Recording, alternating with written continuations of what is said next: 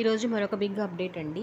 ఆర్థిక శాఖ ఒక ఉత్తర్వులను జారీ చేసింది. అదేంటి అంటే తెలంగాణలో క్యాబినెట్ నిర్ణయం ఏం తీసుకుంది అంటే జీపీఓ పేరుతో 10,954 పోస్టుల భర్తీకి ప్రక్రియ అయితే త్వరలో ప్రారంభం కానుంది.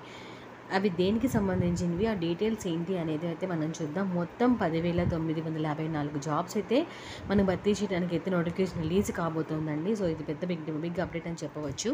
దీనికి సంబంధించి మొత్తం పోస్టులకి రాష్ట్ర వ్యాప్తంగా 11,000 దరఖాస్తులు అందుతున్నట్లయితే అధికారులు తెలుపుతున్నారండి. మొత్తం 11,000 దరఖాస్తులు అందుతున్నట్టు తెలుపుతున్నారు. 10,954 పైన జాబ్స్ అయితే మనకి నోటిఫికేషన్ రిలీజ్ కాబోతోంది. సో వీటి భర్తీలో భాగంగా గతంలో వీఆర్వీలుగా పనిచేసినటువంటి వారి నుంచి ఉన్నతాధికారులు ఆన్లైన్లో దరఖాస్తులను ఆహ్వానించారు. మరొక వైపు 1000 మంది సర్వేల నియామకానికి అర్హుల నుంచి కూడా దరఖాస్తులు కోరగా,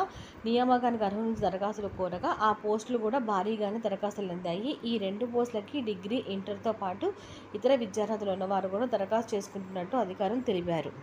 ఏదేమైనా తెలంగాణ గవర్నమెంట్ అనేది రెవెన్యూ డిపార్ట్మెంట్లో 10,954 పోస్టులకి ఒక నోటిఫికేషన్ అయితే రిలీజ్ చేయడానికి రెడీగా ఉంది. సో డీటెయిల్స్ ఇంకా తెలుపబడాలి. సో చూద్దాము.